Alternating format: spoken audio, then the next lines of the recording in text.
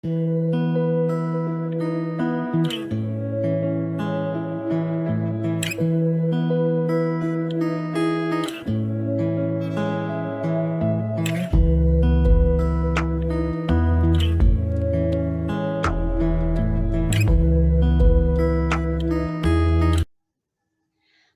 my name is Toni Morgan, and I'm a Community Outreach Coordinator for the Alzheimer's Association here in the Hardin County and surrounding area.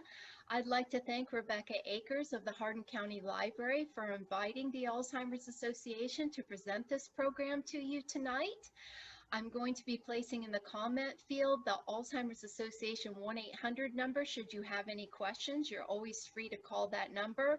I will also place my email, which is tomorgan@alz.org, in the comment field. I hope you will connect to me and I can connect you to local resources in the Hardin County and surrounding areas. And without further ado, I would like to introduce Dr. Amy Kroll, who will be your presenter tonight for the Alzheimer's Association program, Understanding Alzheimer's and Dementia. So Amy, I'm going to give my controls over to you. Thank you, Toni. Hello, everyone. Thank you for joining us this evening. My name is Amy Kroll, and I am a community educator with the Greater Kentucky and Southern Indiana chapter of the Alzheimer's Association. I've been working with the Alzheimer's Association for 20 years now. I first began my interest in Alzheimer's disease when I was in graduate school working on a PhD in sociology, and I did some research about family caregivers of loved ones who had Alzheimer's disease. And that really inspired a passion that's turning into a lifelong passion about the disease and who it affects. So I'm here to present a program that gives you an overview of Alzheimer's disease. So let's take a look at what we're going to accomplish for this evening. So our learning objectives are to compare Alzheimer's and dementia.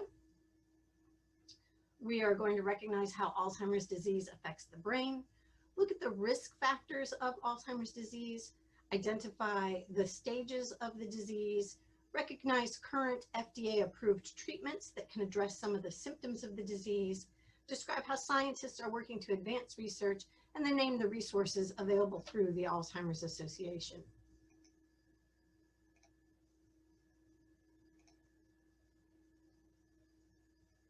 Alzheimer's is a global crisis, and you are likely hearing more and more about it in your personal lives and on the news. Let's start off by saying what you know about the impact of Alzheimer's in the United States. So how many Americans do you think are currently living with Alzheimer's? 850,000, 5.8 million, 12 million, or 3.4 million? If you guessed 5.8 million, you were correct. Barring any developments in prevention or treatment methods, this number is projected to reach 14 million by 2050. Worldwide, an estimated 50 million people are living with dementia. Let's try another question, this time about caregivers. 8 million Americans are living with Alzheimer's. By 2050, this number is projected to rise to nearly 14 million.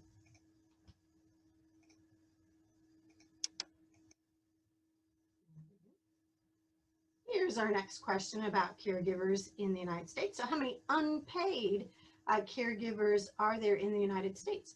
1.2 million, 8.5 million, 13 million, or 16.2 million? And if you answered 16.2 million, there we go, you were correct. These are unpaid caregivers, and this does come at a cost. So more than 80% of care provided at home is delivered by family members, friends, or other unpaid caregivers. Over half of employed caregivers report having to go in late, take time off, or quit altogether due to caregiver demands. These caregivers provided approximately 18.4 billion hours of care last year, valued at more than $232 billion. So you can see that this disease takes a personal impact as well as a financial one. Let's take a look at a little more stats about the impact of Alzheimer's.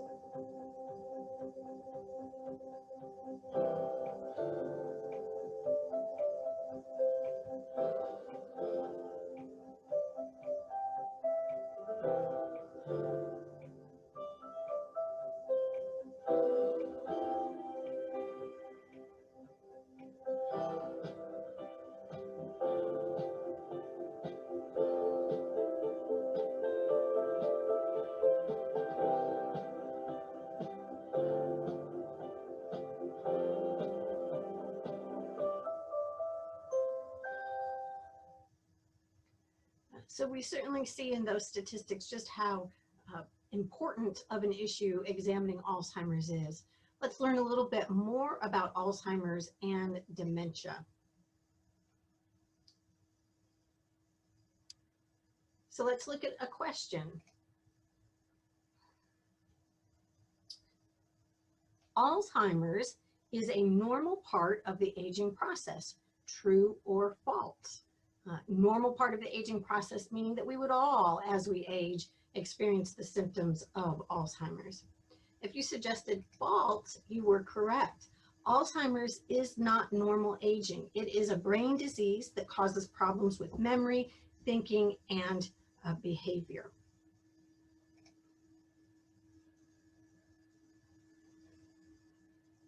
Another question. People younger than age 65 can get Alzheimer's. True or false? If you selected true, you were correct.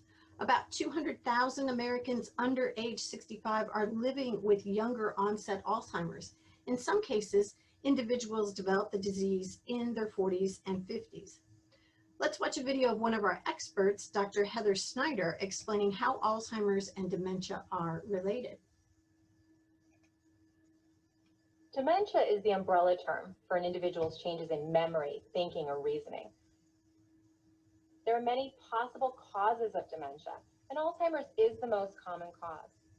Other causes of dementia are vascular dementia, which is marked by changes in the blood flow in the blood vessels in the brain. Dementia with Lewy bodies, identified by specific brain changes throughout the brain that include the buildup of a protein known as alpha-synuclein. And frontal temporal dementia, which is marked by brain cell loss in the front sections of the brain or the frontal lobe. Each type of dementia may have distinct characteristics to cause specific behaviors in the individual, but there is also some overlap in behaviors among the types of dementia.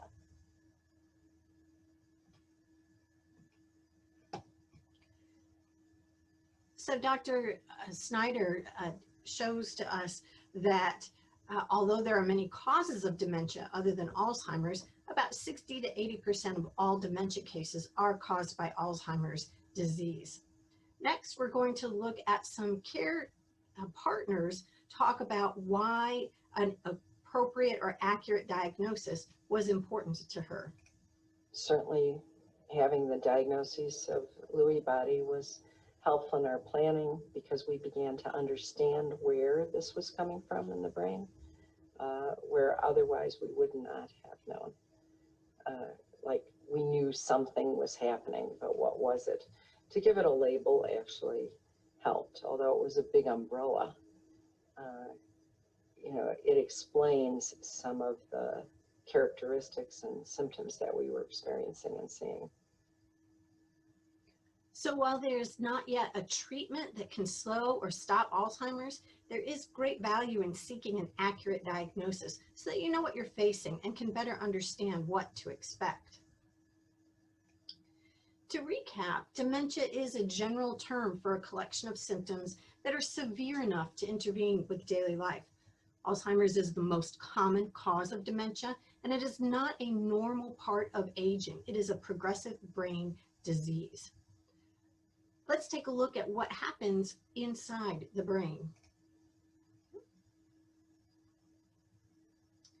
Let's hear one of our experts discuss the brain.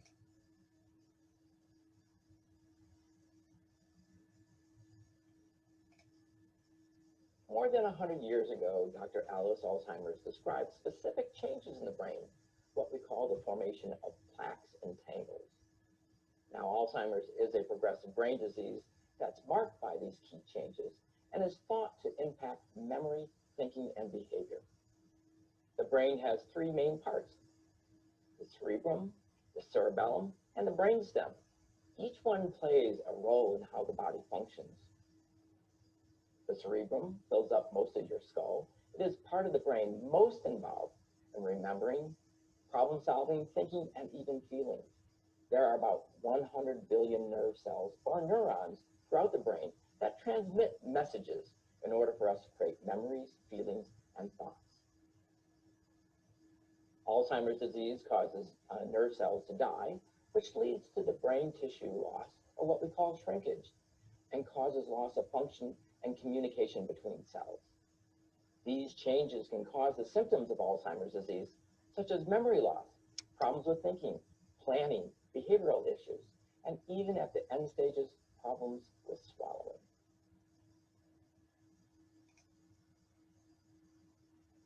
So Dr. Hartley explained what happens inside our brains in the case of dementia.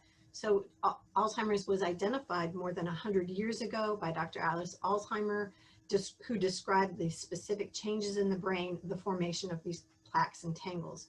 Alzheimer's causes the nerve cells to die, which leads to shrinkage in the brain. And then these brain changes result in problems with memory, thinking, and behavior. We're next going to turn our attention to some risk factors for Alzheimer's disease.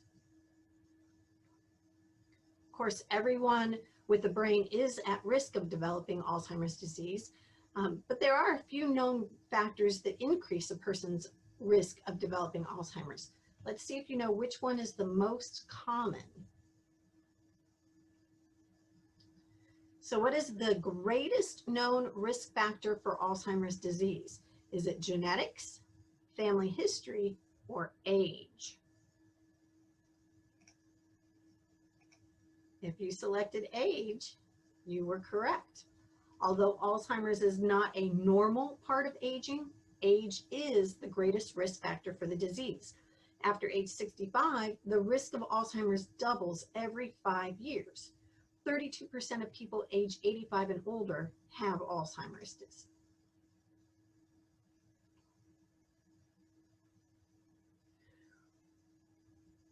Let's take a look and listen to what Dr. Heather Snyder has to say about these risk factors. Alzheimer's disease is marked by specific brain changes that result in the clinical changes in individual experiences. That is, changes in memory, thinking, or reasoning. And ultimately, Alzheimer's is fatal. The exact cause for these changes is unknown, but there are some hints as to what may contribute to an individual's risk. Age is the greatest known risk factor for Alzheimer's. And when we look at populations of people, we see an increased risk over the age of 65. However, Alzheimer's is not normal aging.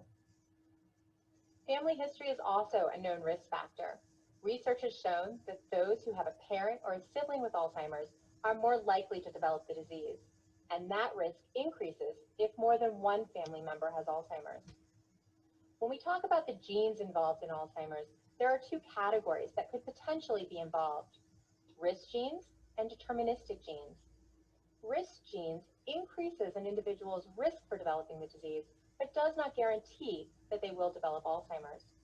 Deterministic genes, which are rare for Alzheimer's, guarantee that the person will develop the disease.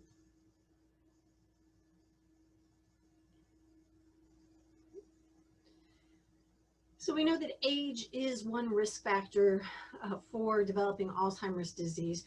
We also know that there are certain populations in our society that are at higher risk of developing Alzheimer's disease. So we know that Hispanic Americans are about 1.5 times as likely as white Americans to develop Alzheimer's and other dementias. African Americans are about twice as likely to develop the disease as white Americans. And the final risk factor is gender. Almost two-thirds of Americans with Alzheimer's are women. So being female also is an increased risk factor. We know that women live longer than men, making them more likely to develop Alzheimer's. However, longevity and lower death rates can only partially explain this difference. Researchers are exploring how genetic differences between men and women may impact this Alzheimer's disease risk. So to summarize, Alzheimer's disease involves the failure of nerve cells, the exact cause of which is still uncertain. However, research has identified risk factors that increase the likelihood of developing Alzheimer's. Age is the greatest known risk factor for Alzheimer's. An individual's risk for developing the disease increases at age 65. Family history is a known risk factor. Having a parent or sibling with the disease increases the risk. Two types of genes are associated with Alzheimer's: risk genes and deterministic genes. We know racial and ethnic background, as well as gender, are factors that increase one's risk for developing Alzheimer's as well. Let's take a look at how we understand the stages of Alzheimer's disease.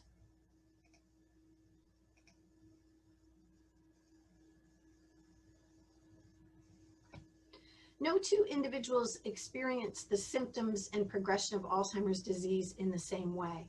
Let's hear from one of our experts, Dr. Hendricks, on why this is the case, as well as some individuals describing what it's like to live in the early stages of Alzheimer's disease.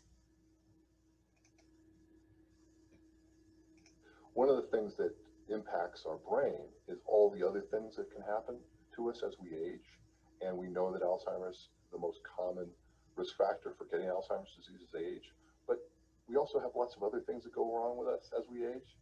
And so how those other health factors impact our brain can also impact how Alzheimer's presents in other people. So we just heard from Dr. Hendricks that talked about the disease. Here are some individuals living with in the early stages. It's a different kind of forgetting. It really, really is. It's not just forgetting where I put my car keys. It's much deeper than that.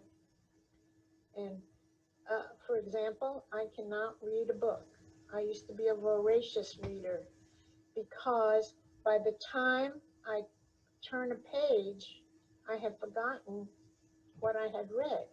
And if you're reading a novel, you have to know what transpired before it in order for you to continue to read on. And so I can't read a novel. So I've even stopped trying. Math, I can't do a simple tip anymore. You know, I sit there, I stare at it. It's crazy what numbers I can't deal with anymore. And in some ways, that's the disease to me. The other thing that I've increasingly been struggling with the words, which I've dealt with words my entire life, you know, as an avid reader, as a reporter, as a writer.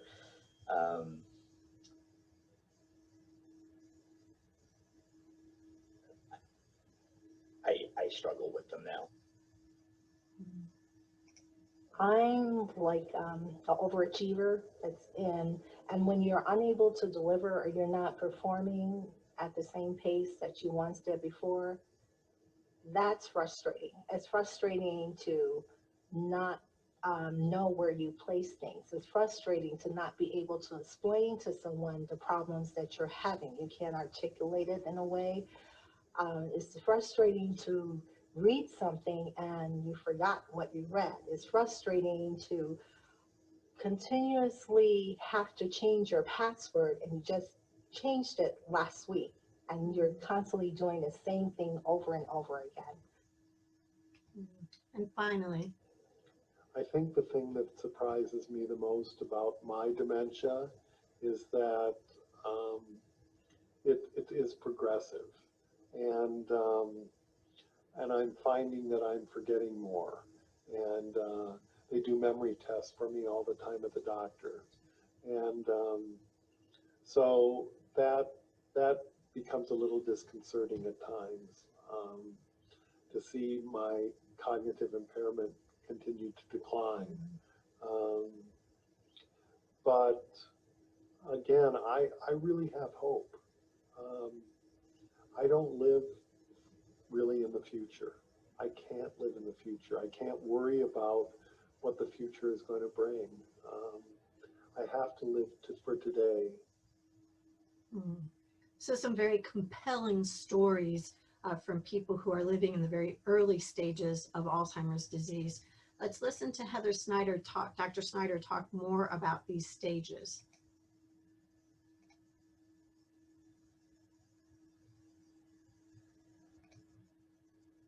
Alzheimer's affects everyone differently. As a result, it's difficult to place a person in a specific stage of the disease. However, there are 3 general stages that are commonly referred to as early, middle, and late stage Alzheimer's. In a medical context, you may hear these stages referred to as mild, moderate, and severe. In the early stage of Alzheimer's, an individual may be able to function independently. However, they may start noticing more frequent memory lapses. Friends and family may also begin to notice difficulties in the person, and a healthcare provider may be able to detect problems in memory or concentration by conducting a detailed medical interview. Middle stage Alzheimer's is typically the longest stage and can last for many years. Damage to the brain cells can make it difficult to express thoughts and perform routine tasks, and this can lead to increased feelings of frustration and anger. In the final stage of the disease, an individual loses the ability to hold a conversation, control their movements, or respond to the environment around them.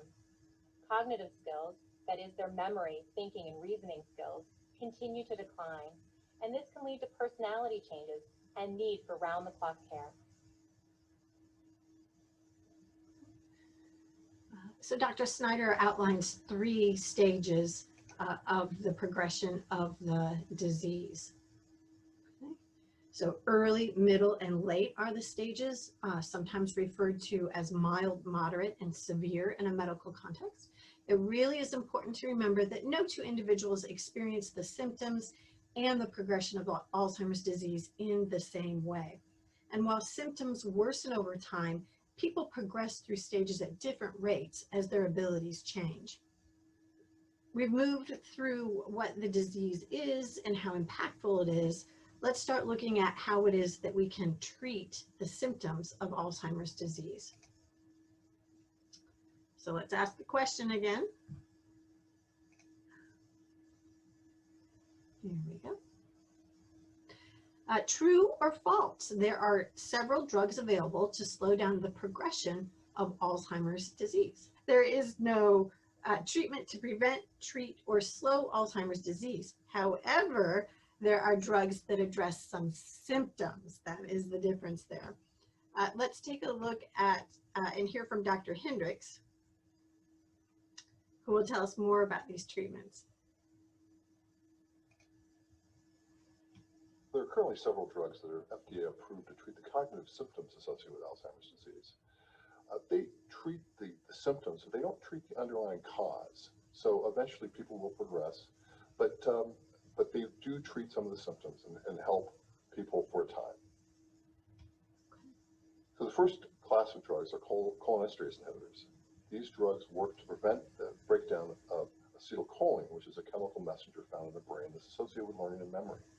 There are 3 FDA-approved drugs that are in this class of drugs. There's Aricept, there's Exelon, and there's Razodine.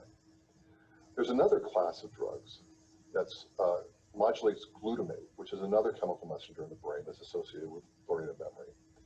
And this drug is called Namenda.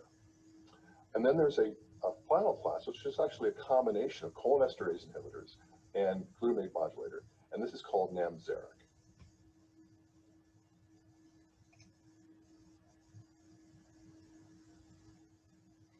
So Dr. Hendricks just gave us an overview of several drugs that are available to help manage the symptoms of Alzheimer's disease. I'll leave the pronunciation of them up to him. Some of these you might have heard of. They've been around for a while, but of course there's still lots of things that need to be done. So let's move on and talk about how we're advancing Alzheimer's research. In the last decade, researchers have made enormous strides in understanding how Alzheimer's disease affects the brain. Many recent insights point toward promising new strategies for treatment, prevention, and diagnosis.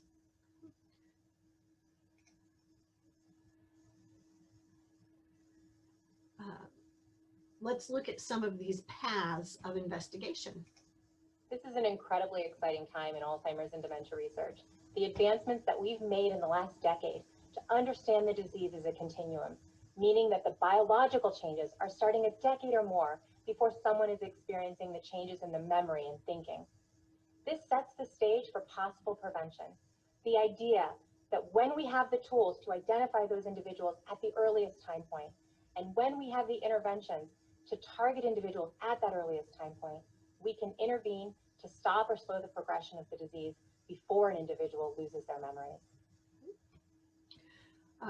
Investigations into lifestyle I'm excited factors. about what we're learning these days regarding lifestyle lifestyle. One of those things that we've seen in the past of things like exercise and nutrition have now started to gain more momentum to indicate to us that it can change your ability to slow cognitive decline. That is really the first stages of Alzheimer's disease. This may include things like social engagement, mental cognitive training. It can be things such as exercise. It can be nutrition. All those things are now starting to point that they will lower your risk for Alzheimer's disease. And moving toward a cure. A lot of hope does come from the Alzheimer's Association. All the research that is being done. Even though there is not a cure today for the disease, I know in my heart there is going to be a cure one day. And I know we're getting closer for that cure. Because even if you fail in a research study, you learn from that failure in the research study. That failure always brings progression. And securing the funds. It's nice to see the association spearheading in many ways the emphasis on getting the money at the federal level and at the private sector to get the research done so that someday there will be an effective treatment, hopefully cure, hopefully prevention. Two more topics about research. One is clinical studies. It's more important than ever for people to participate in clinical studies. The fact is, right now, we don't have an effective treatment to stop Alzheimer's disease. And if we don't have people participating in clinical trials, we never will. And so participating in a clinical study is one way that everyone can get involved in a very direct way in the fight against Alzheimer's disease. And for people who currently have dementia or Alzheimer's disease, there are some additional benefits. You get access to very close medical care. You also may be among the first people to have access to the treatments that will eventually prove to work. Sometimes you hear the phrase, it's a failed trial. That means that it didn't hit the endpoint, it didn't achieve an FDA-approved drug. But I would say as a scientist, the only failed trial is one that doesn't give you valuable information. And if the trial is well designed, if it is a good scientific experiment, you get extremely valuable data so that you can plan the next trial and do the next study even better than the last one. And it gets you that much closer to that FDA-approved drug, to that effective treatment, and maybe someday even a cure. So clinical studies are key to advancing Alzheimer's research. Let's go ahead and recap this full segment on Alzheimer's research. So scientists have increased their understanding of Alzheimer's significantly over the past decade. People living with dementia, caregivers, and healthy volunteers without dementia are needed for clinical studies in order to find methods of prevention, treatment, and ultimately a cure. Both drug and non-drug studies are taking place across the country and online. Trial Match at this website, alz.org/trialmatch, is a free clinical studies matching service. So I want to continue by talking a little bit more about the Alzheimer's Association and what services they offer.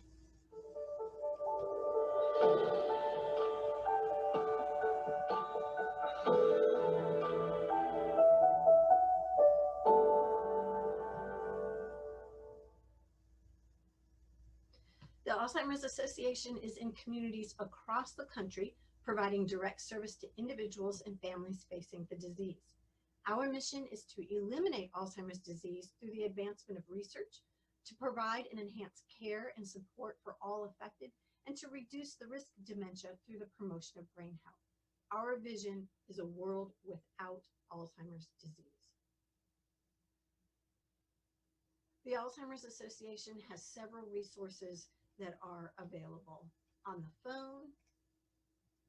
I've had a couple of phone calls that I've been able to make in to the call center when I've had a couple of quick questions that I wanted to ask. You know, there's been a couple of nights, 2 o'clock in the morning, you have questions, you have anxieties, and I was struggling dealing with them, and it's amazing. It was one of the best things I ever did was keeping the call Center on my favorites now. Just to know that there's somebody you can call who is aware of what you're going through. So you can call this 800 number anytime, day or night, to receive information and support. It provides access to highly trained and knowledgeable staff who can help with education, decision-making support, crisis assistance, and resource identification. Master's level clinicians are available around the clock to provide in-depth care consultations, a free of charge care navigation service offered to families at any stage of the disease, and help is available in more than 200 languages.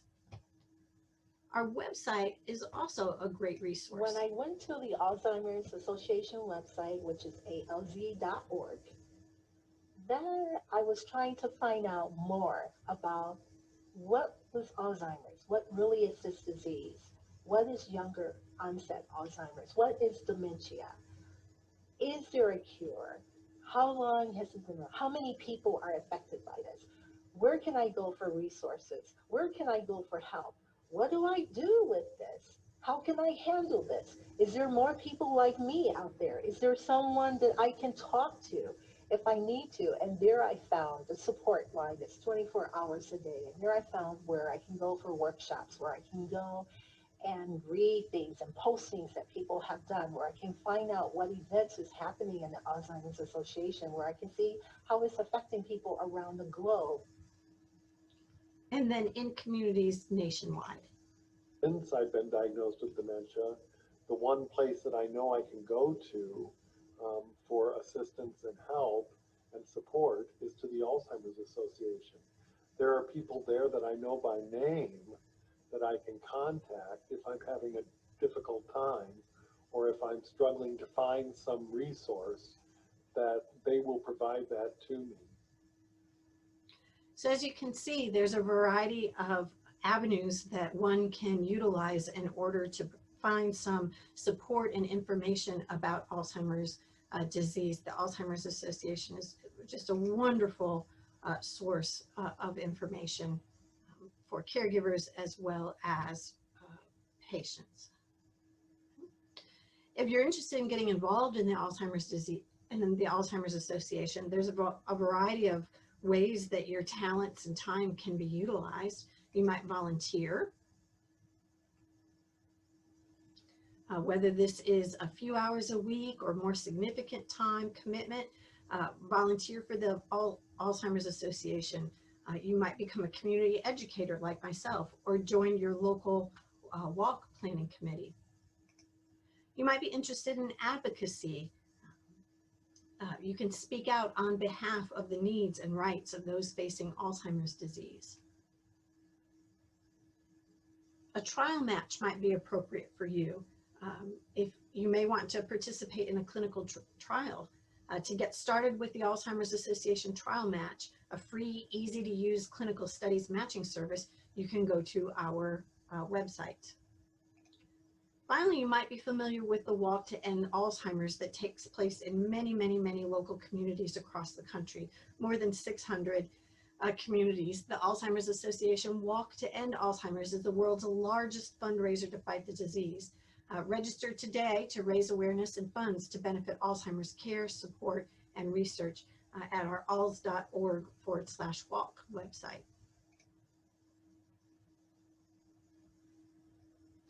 That concludes our Understanding Alzheimer's and Dementia program today. I hope that you are leaving this with a greater understanding of Alzheimer's, and I thank you for joining us.